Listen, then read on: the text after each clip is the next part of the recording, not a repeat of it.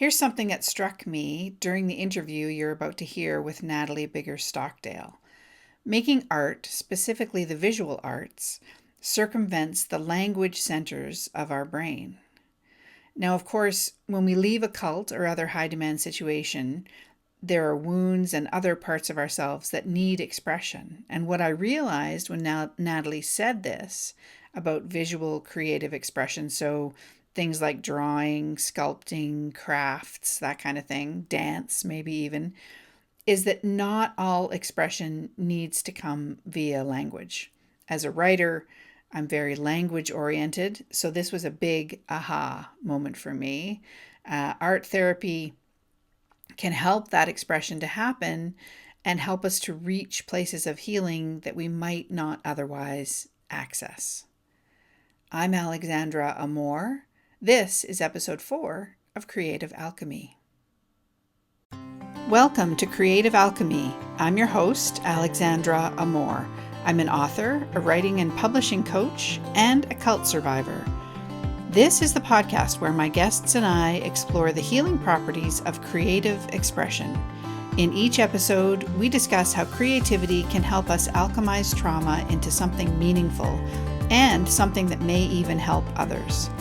You'll find episode show notes, transcriptions, your complimentary Creative Alchemy journaling handbook, and lots more at creativealchemypodcast.com. And now, here's the show.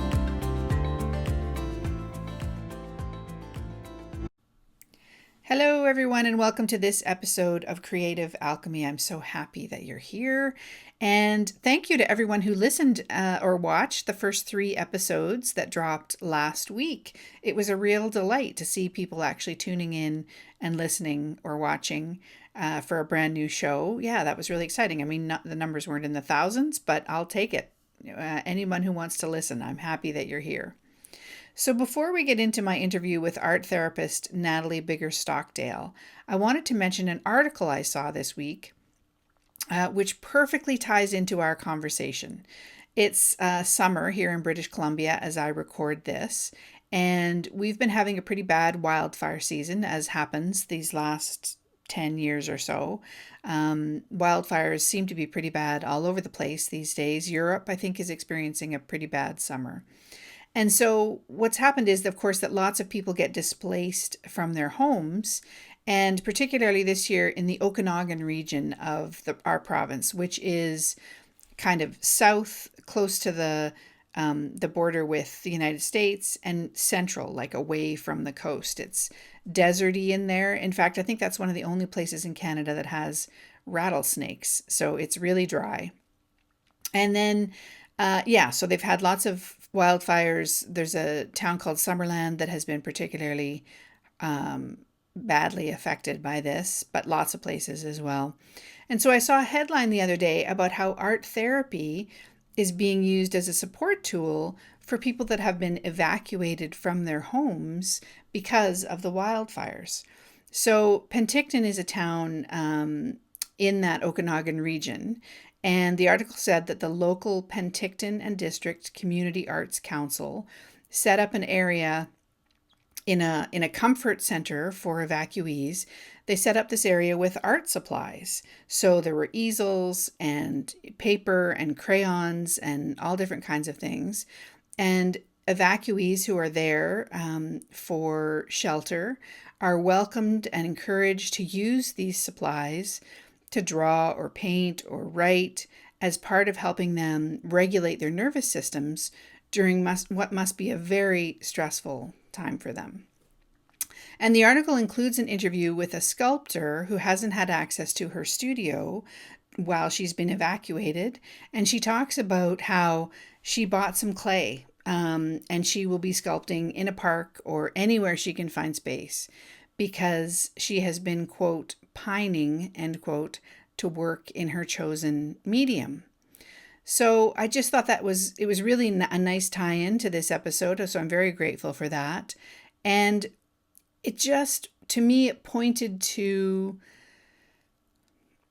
the awareness that we have now as a species, that it's important to express ourselves in these ways, and that this kind of any kind of art is healing, which is exactly what this episode is about. It regulates our nervous system.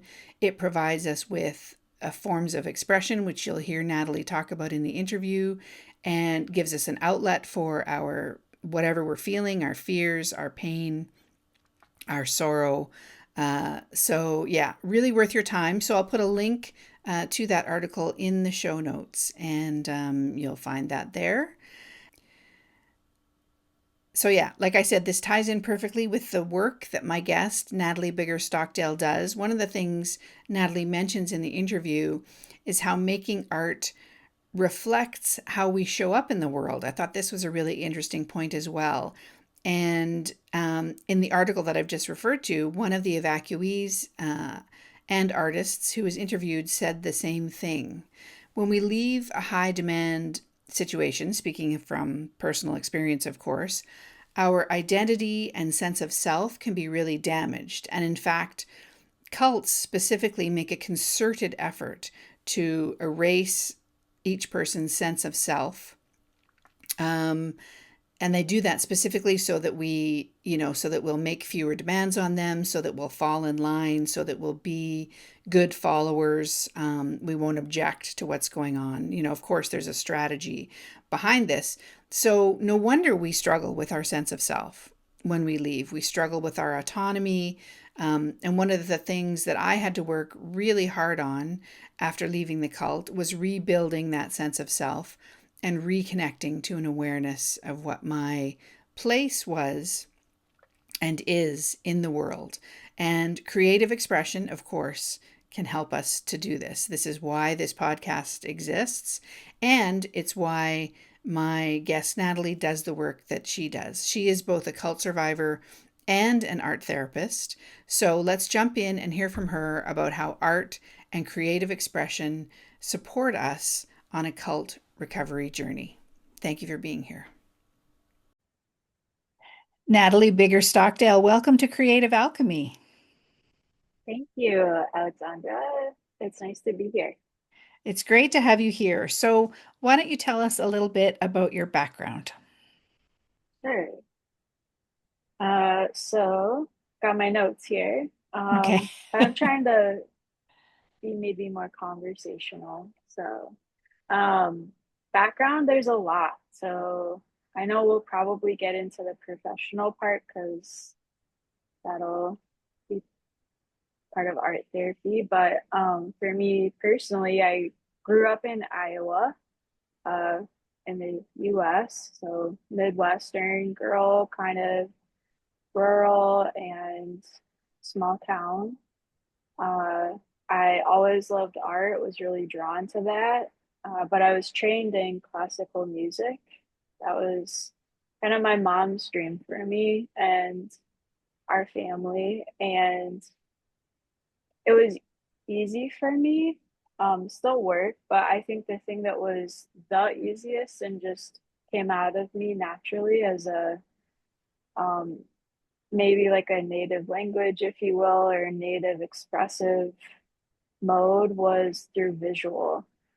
And when I was in high school, I had a really wonderful art teacher. And after I graduated, she told me art was always easy for you. And so that helped me define myself as a artistic person, although I'd had all this classical training in music. And that's what I decided to pursue in college. Even though it's like a maybe a starving artist degree, I'm lucky that it ended up where I am. So, but I've always followed my heart that way and really value being led, I guess, like by my intrinsic interests. So, let's see what else. Yeah, I love being outside and out in nature. So that's always something that's drawn me back to myself is trying to get near, especially rivers. They just Mm, call me. Mm. So, And so you moved from obviously from undergraduate work into a greater interest in art therapy. So how did that happen? sure. Yeah, so I moved from Iowa up to the Twin Cities for my undergrad degree. I focused mostly on painting and ceramics. And then I spent about 7 years in production ceramics. And it is hard work. It's toll takes a toll on your body, my body, and um there are a lot of different things. You don't talk a whole lot. It's a lot of numbers. I did glaze testing for a while. Like you're mixing dry chemical into I did a lot of slip casting for my own work and dry clay mixing. So it was pretty, I don't know, I guess it was fun and playful at sometimes, but it's also this thing that turns into a job with deadlines and the hustle. And so along with that, I would say in that realm, a lot of folks are there just for the art and production, not necessarily self reflection and internal exploration. And I was always longing for that and kind of missing that when it wasn't happening in the production scene. And so I ended up moving, I guess, and I had a roommate who was interested. She was trying to get to New York for an art therapy degree. And I had heard about art therapy before, and it lit me up. And I, had that intrinsic draw towards it. And uh, I I didn't feel like I could pull off New York, but Minnesota had a one school that offered a master's degree. And so eventually I was able to become stable enough. I actually met my husband, and we have, maybe I'll do a little segue here. He loves telling this story. Um, we both were in high demand groups, and he had never found really any help or like anyone who understood that. And he had gone to therapy and started unpacking some of his own stuff. And um, he had gotten married while he was trying to escape this high demand group, and realized that that relationship wasn't ever a match. It was more of a like escape route. And so that was dissolving. And as he was in therapy trying to figure out the next direction, um, I guess we ended up meeting, crossing paths, and I thought he was total trouble. And but like I was afraid of being attracted to someone, and I would say he was the first person that I was genuinely ever attracted to, and which is kind of bonkers, I guess. But we end up going on a date. It goes great, super great. And we went to American Craft Council show. So talk about creativity. We're in creative spaces, looking at aesthetics and beauty and craft. And we go on a second date, and we're walking around Lake Harriet in Minneapolis, and he all of a sudden changes. And I'm like, what is going on? Like he just went into a turtle shell. And I think I had asked a question where the timeline wasn't like clear. You're like trying to get data on this person you're like interested in. And um he like kind of turns to me, and I could tell he expected rejection. And he goes, well, I was part of a cult. And he totally, he'll say that to this day. Like he thought I was going to be like, okay, bye. And I was so relieved when he said that. My eyes got big and I took a step towards him and I just said, me too.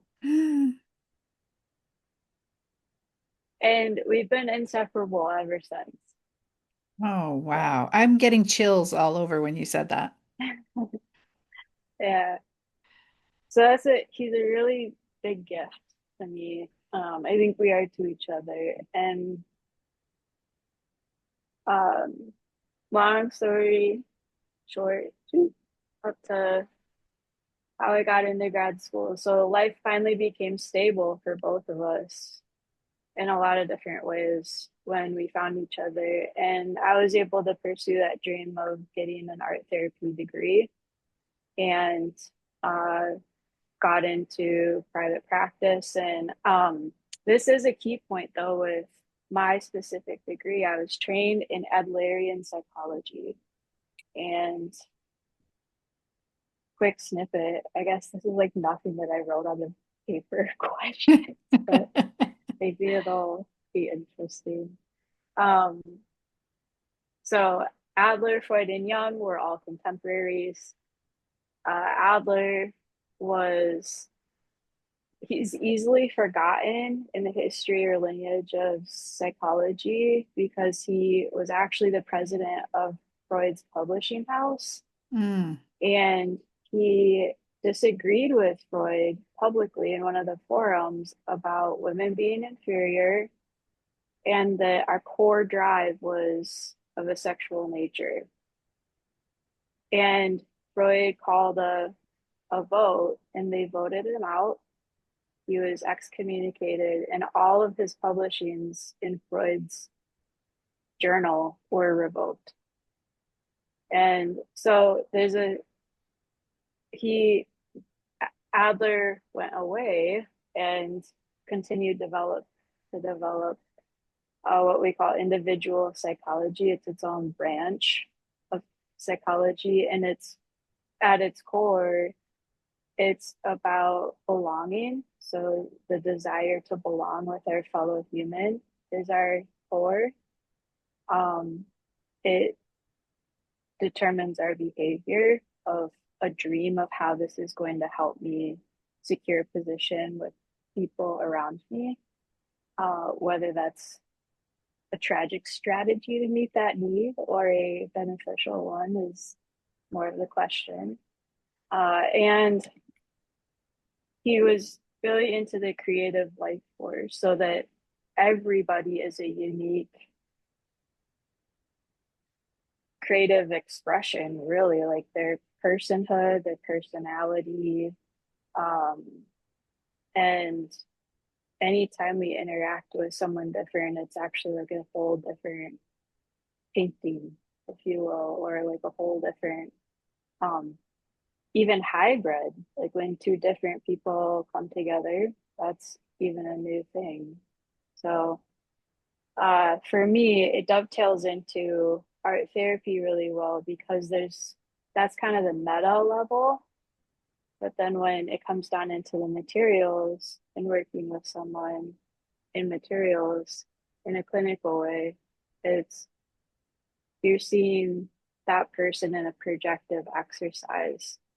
And not only in what they create, but how they create it, how they choose to sort through which materials they want to go towards, or how they display confidence in trying something new or going to a familiar thing or mixing things, or we call it containment.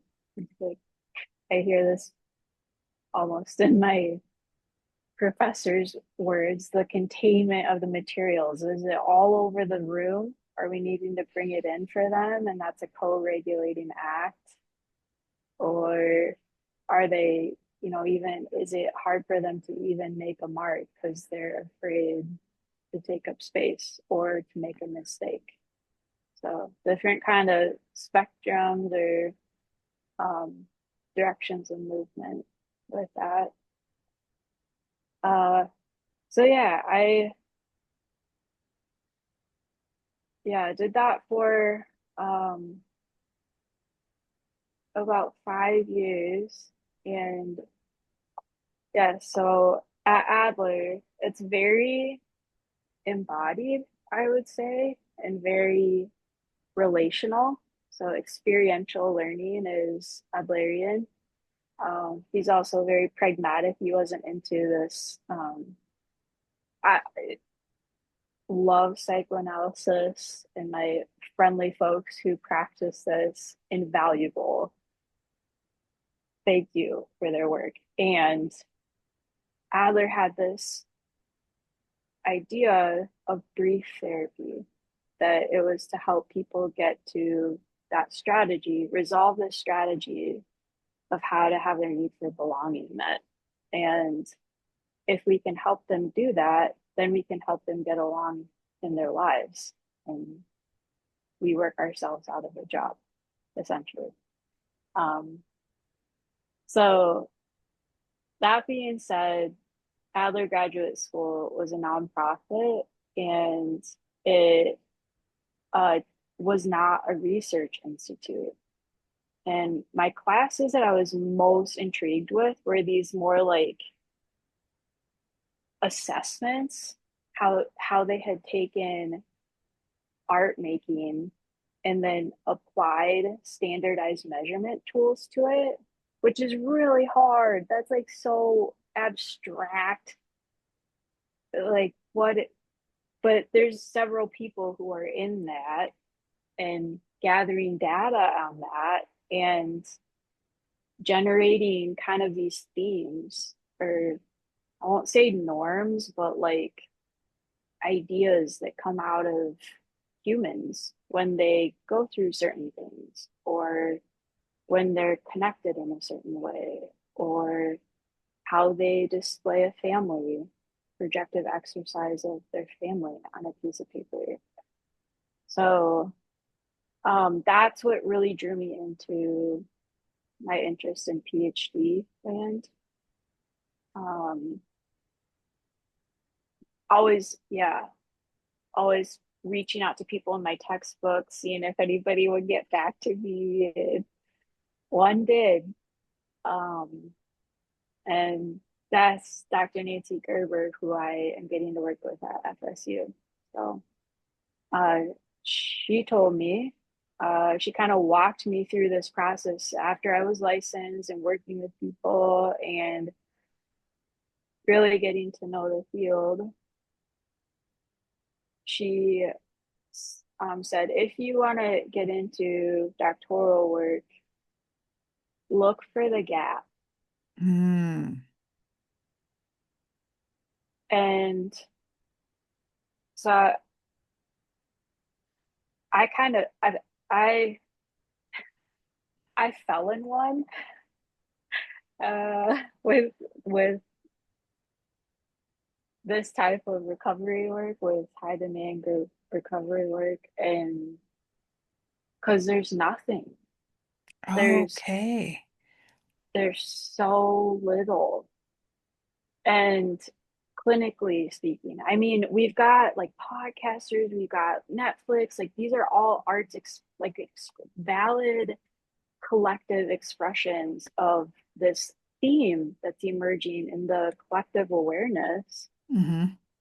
And we don't necessarily have that up to speed in research, scholarly work, therapeutic best practices. And once I started seeing it, so I guess rewind just a second. Um, I I got involved with a somatic drumming group as a licensed therapist that sucked me down a trail where I was like, oh, you know what? I've been here before. In my early 20s, I got involved with a high demand group. I know what this feeling is.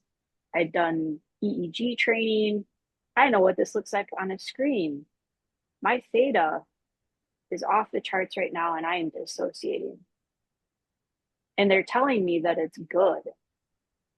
No, it's not good. It's not. It's, I'm getting ready to either be rewritten according to their agenda, which I don't know what that is, so I can't give consent,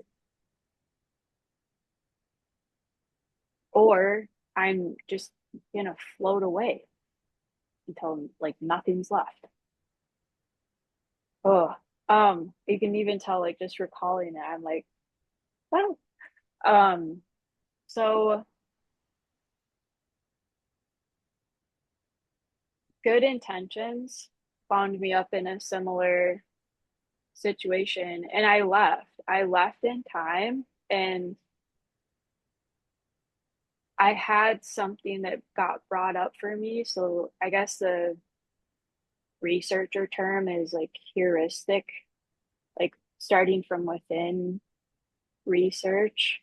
And I had this experience come up for me where I was like, I've been a licensed therapist and nobody's ever mentioned cult, high demand group, religious trauma, coercive control, interpersonal relational betrayal, like all of these terms that are starting to bubble up from people having Reddit conversations or wherever we find our little threads to talk about it. Uh, and yeah, that's the gap. And I felt like I needed to do something about that. And I've been so humbled in my PhD practice. I'm like, okay, everybody comes in, thinks that they're going to change the world. I saw this at a meme yesterday. I was like, that's it. Now I'm just trying to change the font on my final paper. Like I'm just trying to like make the next deadline. That's it. Uh, um, I mean, those do add up over time. So, uh, but that's what my inspiration is, and why I'm checking this out, and really I guess even more so like trying to find like an even smaller gap, because in dissertation we really I need to get really clear about what's going to be most valuable, what's going to help people know, like if I go this direction it's going to help me, not harm me, with creative expression or um, writing or singing or any of those things. I'm not a music therapist, and that's a whole nother branch of clinical that I won't get into. But um, yeah, I guess I'm trying to decipher that for myself and check out. Also, we have a lot of we call it reflexivity in research, where we don't want to project it's a really hard tension and line to walk, which is I'm led by something that I know, but I can't let that blind me to other possibilities or other ways of asking questions when I approach people for the data. And so that's a thing I'm grappling with. And as someone who has had the experience of a high demand group or two, it sounds like groups, how have you found art to be healing? I love that question. I I think it's like coming home for me. Visual art for me is simple, it's clear, and I almost want to use the word pure for me. That might not be the case for everyone. I also am neurodivergent, so I have dyslexia and definitely have a strong spatial bent to me, my thinking. Um, I think this is really curious. Daphne Moria, she's a art therapist researcher out of Israel who just published a paper on doing a kind of like a comprehensive overview of one's own body of artwork and then how to look at that from a scholarly or like researcher point of view.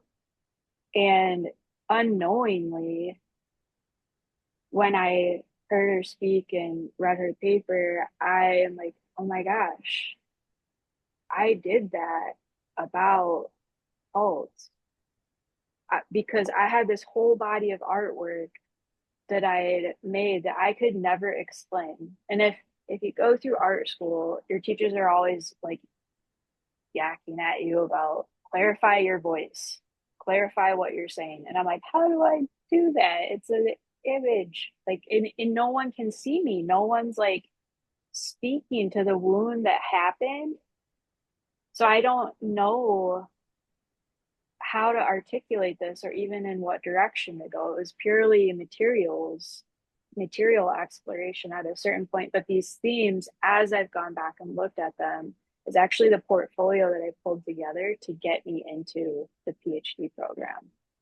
And after doing the Salford program and really kind of getting plugged into ICSA, I would say here in the US, that's like the thing that we kind of look to organization. I started getting language for it, like being able to consciously articulate, hey, when I was working with broken shards of porcelain, I wasn't like someone else where I was throwing those pieces away and moving towards a different material.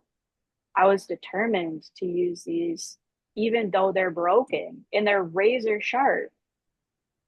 What's up with that? Uh, but I projected some part of my identity into these pieces that I had to gather and make something out of. And I still have one hanging up over there. I turned them into little pieces of um, they're like stained glass where you put the copper tape around them and then solder and then put a jump ring and then I made them into mobiles. And Mm. so it was like finding balance with all of these broken pieces. Um, I call them reimagine and I consider them a self portrait. Because I had the imagination of what it was going to be when it first came out of the mold, but that didn't work. Mm. So I might liken that to like approaching a group and then appealing to that glimmer of belonging, however that hooks different people. Um, Mine was significance, I think, like having some sort of permanence or like closeness with a group of people who are headed in the same direction. Um, and then after you leave, like it's almost like I had to give up on that dream. Hmm. But that's in essence what I rediscovered with these pieces and then articulating later in words is, oh, it's not the dream that my psyche and soul cast. to belong. It's just how I was trying to get there, and this dynamic that took advantage of it. Right. So, however that happens, I know enough to know I know very little, and there's very complicated dynamics with all those things. So, Yeah. And so on that note, when do you think it's appropriate for a cult survivor or a survivor of other kinds of trauma to begin art therapy? Like, is there a time when it isn't safe? You know how they say when people join Alcoholics Anonymous, for example, you're supposed to stay out of relationships for a year. So yeah, is there a similar rule, so to speak, around when someone could start art therapy? that's a good question. Um, I guess what comes to mind first when you ask that, and I have different things written down, but the first thing that comes to mind is that art therapy really, I guess, was birthed in the most destitute, like highest acuity populations. It was like the last resort for people who were beyond help. So state state kept wards and um, veterans. Hmm. So like really severe PTSD suffering individuals, and what they know clinically speaking about the art is that the act of making or expressing through image or play or different materials, it bypasses the language centers of the brain. And oftentimes, when we're doing cognitive and talk therapy, we're activating those parts of the brain to try to reprocess, but they can re invoke the experience of that traumatic happening. So, our memories, we can feel them up to 60% of they they first occurred to us. That's a awesome survival tactic to map safety in the world. Um, but when we're talking therapy, that can flood someone very quickly. And so when we do these projective exercises, uh, it can bypass that part. So we might talk about it after. We might do containment with just the materials. We might have a putting it in a folder at the end of session and saying, okay, like we're closing up now. This will be here for whenever we want to revisit it later. And that person can have a tangible symbol. And I guess there's neuroscience too. I don't know how far you want to go down these things, but I find them so interesting because I think it's almost linked to how I naturally experience the world and ask questions and process. So I'll tell this one other thing and then maybe I'll get back to your question. Okay. Um, the part of the brain called the hippocampus is responsible for geographical remembrance and navigation. There is some research that suggests that that's also similar to how we orient our relationships. So, like our human relationships. So, we can use projective exercises, even like with blocks, it doesn't have to be necessarily art materials. Um, but we can use these blocks to project the experiences or warmth or coldness, distance, closeness. Is this person more emotional with me? Are they more cognitive with me? We start mapping kind of the experience of these people, or ourselves. Like I've told everyone that's on this board, but I'm trying to pull together a committee for my doctoral research, and I have every person that I have an option of asking, I have them printed off and then on a magnet. And in the center, this egocentric exercise, I'm there in the center and I'm starting to map who's my team. Mm. And it mirrors it back to me so that I don't lose it. Somehow that's a confirming circle or loop for me to be able to interact with objects that way. If I talk through it, it seems to flutter away. Um, but yeah, so that's one of those little like neurological hacks I think that's really interesting about art. I try to observe that a lot with folks that I sit with in session with spatial orientation of materials, of what they're putting on the paper.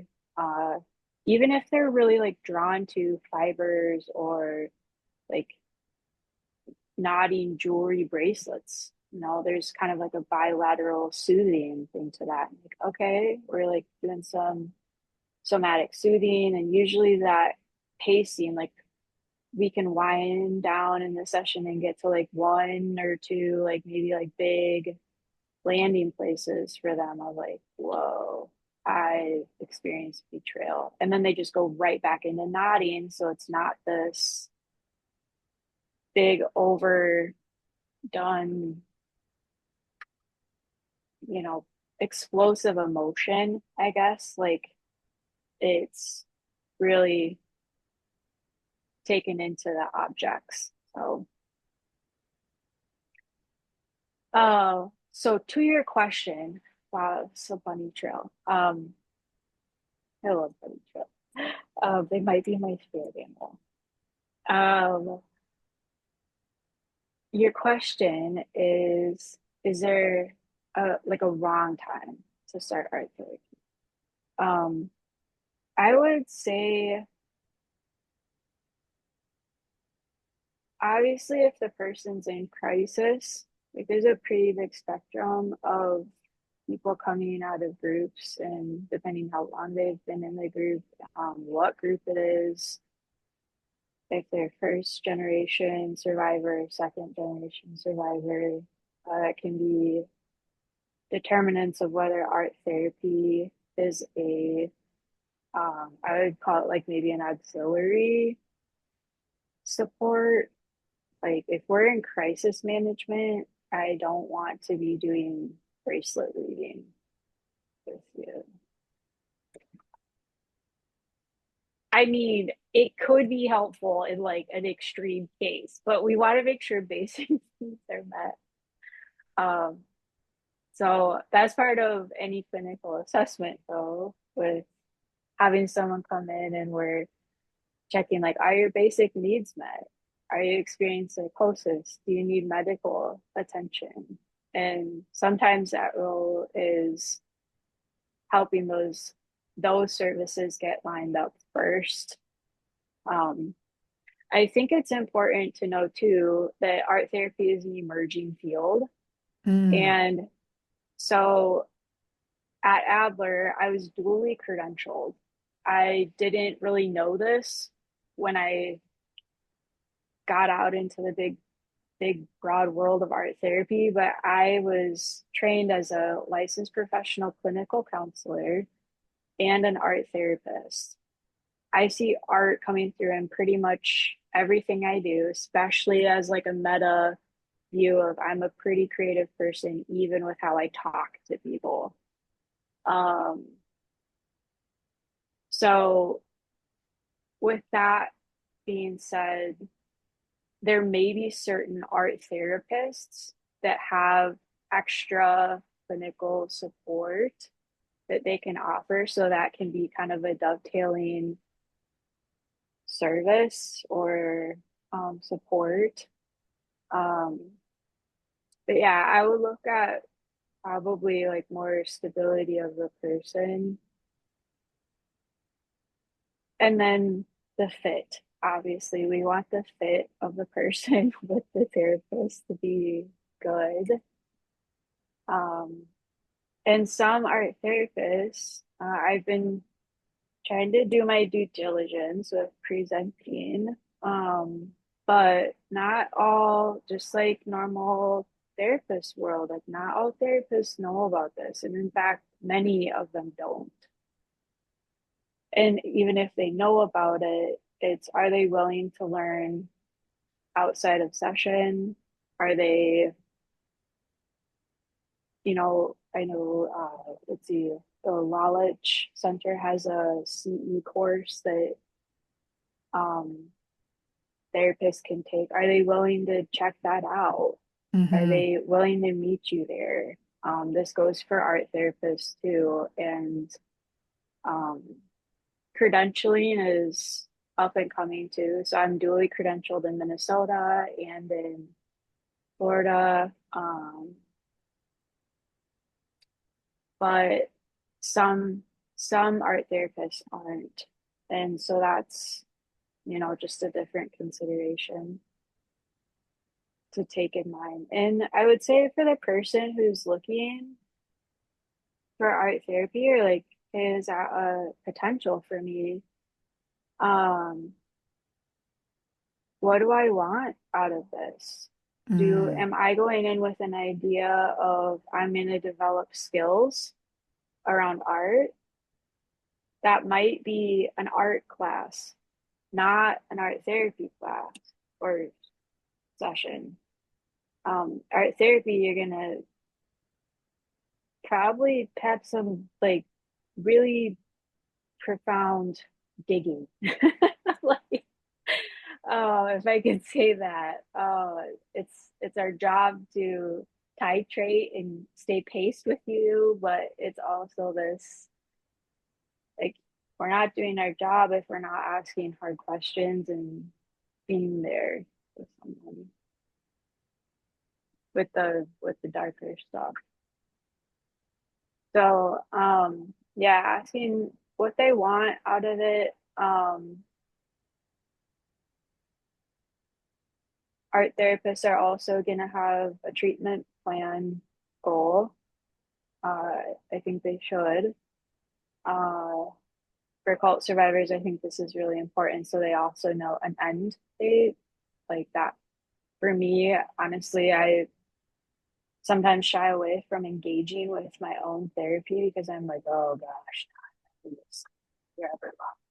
I need that because I'm in mental health caring for other people. But um, yeah, I think that it is important, especially with payment too. So Mm. that's a final thing I would say for people to ask about is upfront, like, what is the pay agreement? Do you take insurance?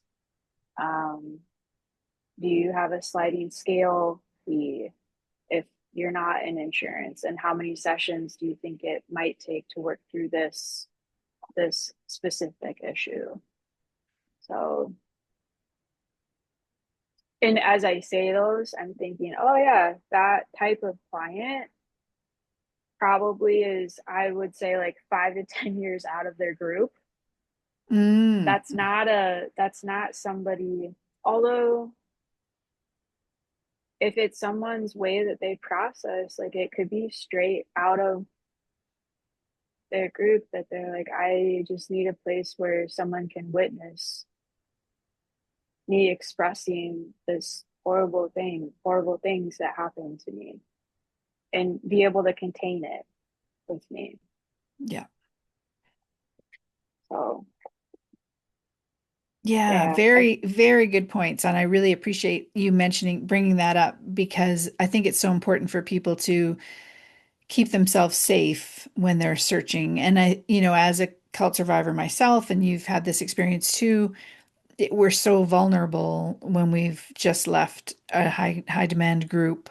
And so Yeah, just the reminder that we can set boundaries around these things, ask for the pay schedule, like you said, and the end date and those kinds of things. Yeah, I think that's so valuable. And I love that you said too, it's not an art class. It's therapy is right in the name. So yeah, yeah, just a reminder about that as well. And I loved what you said about language, that art uh kind of circumvents, or I don't know if that's the word you use, goes around those language parts of our brain. And I had never thought about it that way before. And that's such a I don't know, there was just such a light bulb that went on for me when you said that.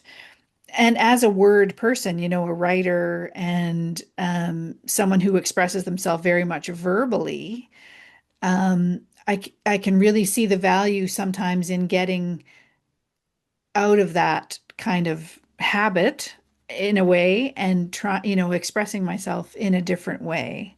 So that was really interesting. right, right. Yeah. I'm happy to hear that.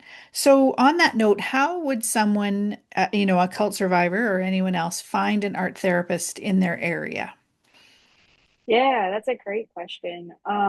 I would probably point them to American Art Therapy Association's website.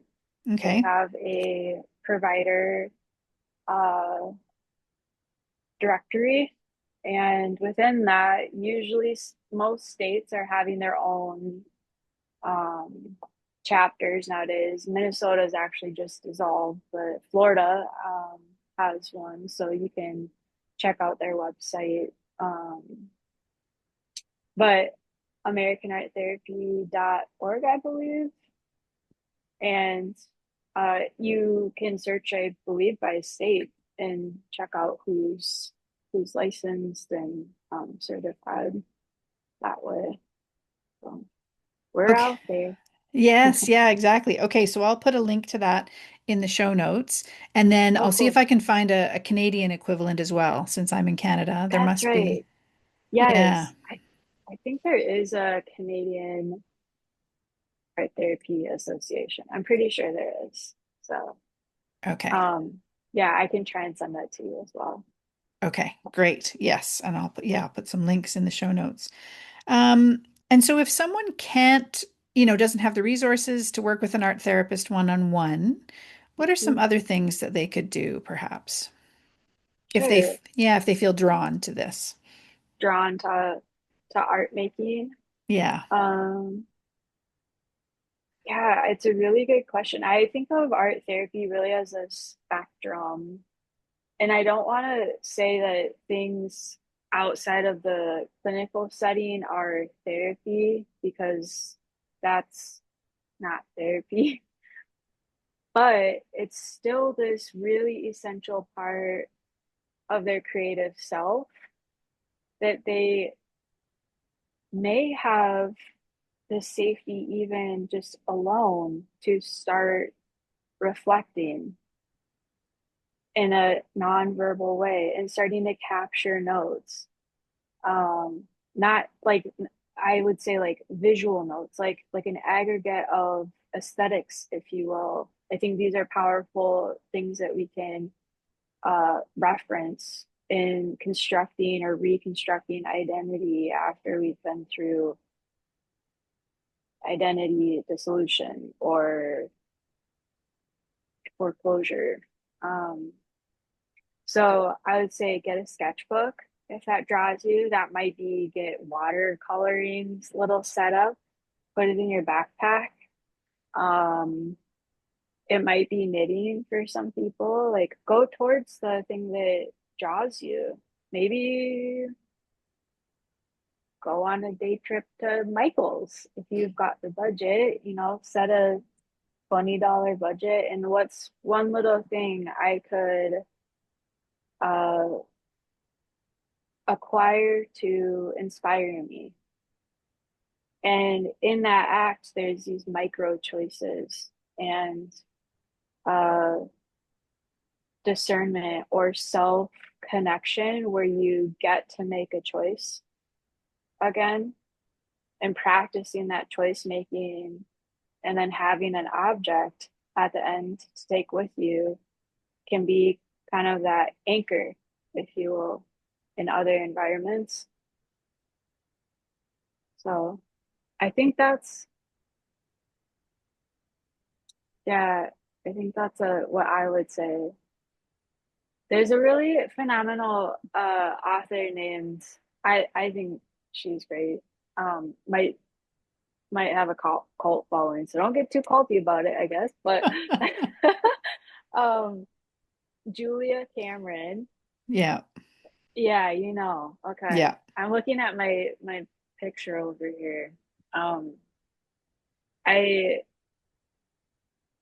She has the artist's way, and writing 3 pages longhand a day. She's got a free app if that's a way that someone wants to kind of continue like catharsis or like getting the words out, the narrative out. Um, and then like the thing I just mentioned, I was like, I have to give her credit for that because that's called what she calls an artist state, Mm-hmm. where you go out with your, I think maybe like magical inner child and you something that delights you that you get to return to play. There's not a goal that you're trying to accomplish. Like that seems so the cult, right? Like that, Yeah. get it done. Yeah.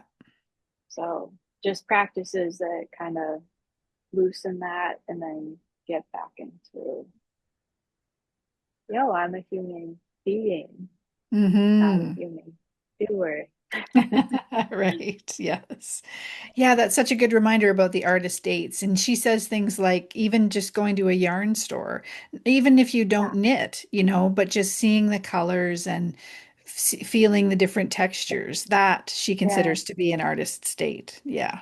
yes, absolutely, Yeah. absolutely.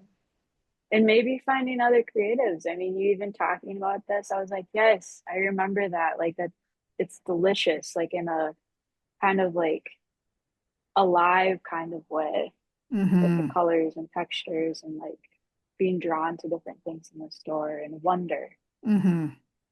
So that's fun to just even talk about it. I know, right? Yeah, I don't go on enough artist dates. I need to do that more these days. me Well, too. this is yeah, this has been so lovely, Natalie. It's been so nice talking to you. So, you're doing your doctoral dissertation now, so you're not necessarily out in the world, but is there anywhere we can go to learn more about you?